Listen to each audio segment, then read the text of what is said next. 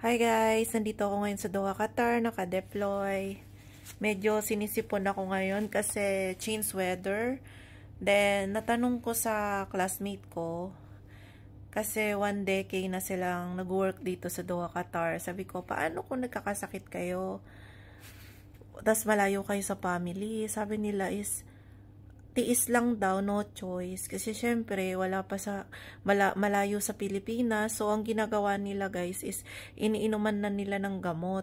Lalo na pag pa-winter, di ba galing sila sa sobrang init yung panahon. Tapos, biglang lalamig. Kaya daw, nagkakaroon sila ng flu or lagnat. So, ayun, kasi medyo naranasan ko siya, change weather. Although, ininuman ko naman ng gamot. So, hindi daw madali talaga mag-work abroad. Ayun. Kaya, nakaka-relate din ako dahil mostly ng client ko is working abroad sila. Kaya naman daw sila nag-i-invest sa Pilipinas.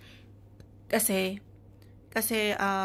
pag retire nila, meron na silang income, yung bang hindi mo na kailangan na bantayan, meron ka ng parentahan, like isang condominium lang kasi kayang kumita nito ng hanggang 50 to 60,000 a month. And tangible asset siya. So meaning, hindi nawawala yung investment mo. Hindi siya kagaya ng stocks. Although yung stocks is, kahit maliit yung investment mo doon, pwedeng malaki din yung lalaki yung pera mo, pero possible din mawala kasi hindi siya tangible asset.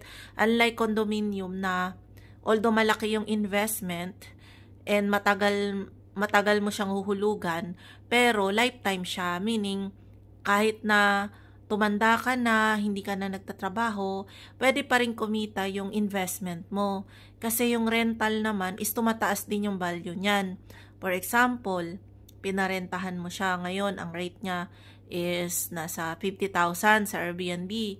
So, after 10 years, let's say nasa Pilipinas ka na after 10 years, tumataas din kasi yung value because of the inflation, di ba? Tumataas yung rental.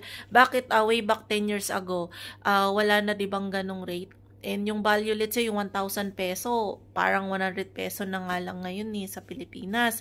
Kukunti na lang yung nabibili natin. And after 10 years, for sure, yung 50,000 na yon na renta sa Airbnb, baka umabot na ng 100,000 yung value ng rental sa Airbnb. So, hindi yon imposibleng mangyari. Kasi sumasabay naman siya sa pagtaas ng inflation. Ang kinagandahan nun, binili mo siya lower. Kasi binili mo siya, hindi naman din tataas